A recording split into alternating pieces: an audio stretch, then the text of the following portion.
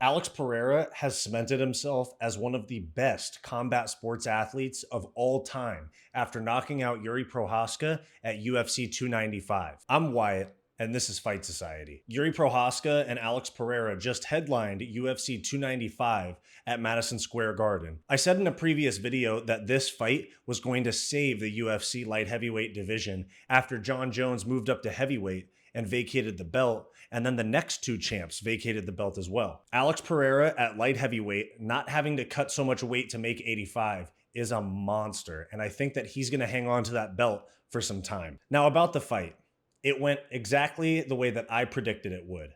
Alex Pereira, left hook, KO. Now, this was a really good fight from the start. It was a really close, competitive first round with both guys having success on the feet in the first round. Specifically, Alex Pereira landing a lot of those leg kicks. Many people are saying that Marc Goddard stopped the fight too early, and I disagree.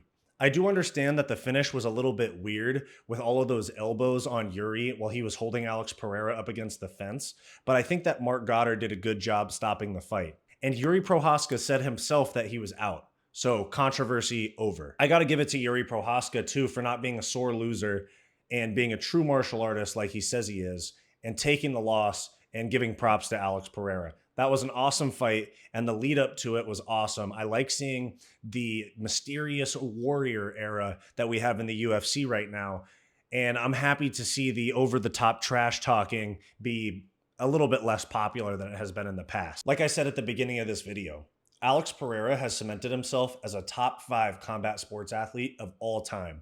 2-division Glory Kickboxing champion and 2-division UFC champion.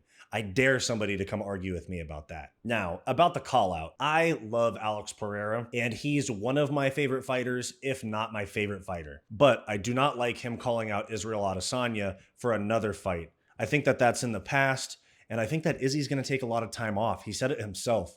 So I don't really think that that was the right call out, especially since the UFC has made it fairly clear that Jamal Hill is going to be next for Pereira. I thought that Pereira fumbled that a little bit, even though his message to Adesanya was good. I mean, he said that Adesanya saved him.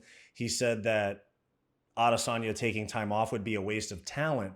But then he also said, come to daddy. So you can see there's still that competitive rivalry between them there, but also respect for people that have fought each other 4 times. I think that Pereira should have just called Jamal Hill out. He was sitting there in the audience. You could see how bummed Jamal Hill was. He acted like he didn't care, but he was bummed. I just thought that that was a rough call out. So I thought 295 was a great event. I thought that the main event and the co-main event were awesome. We had all finishes on the main card.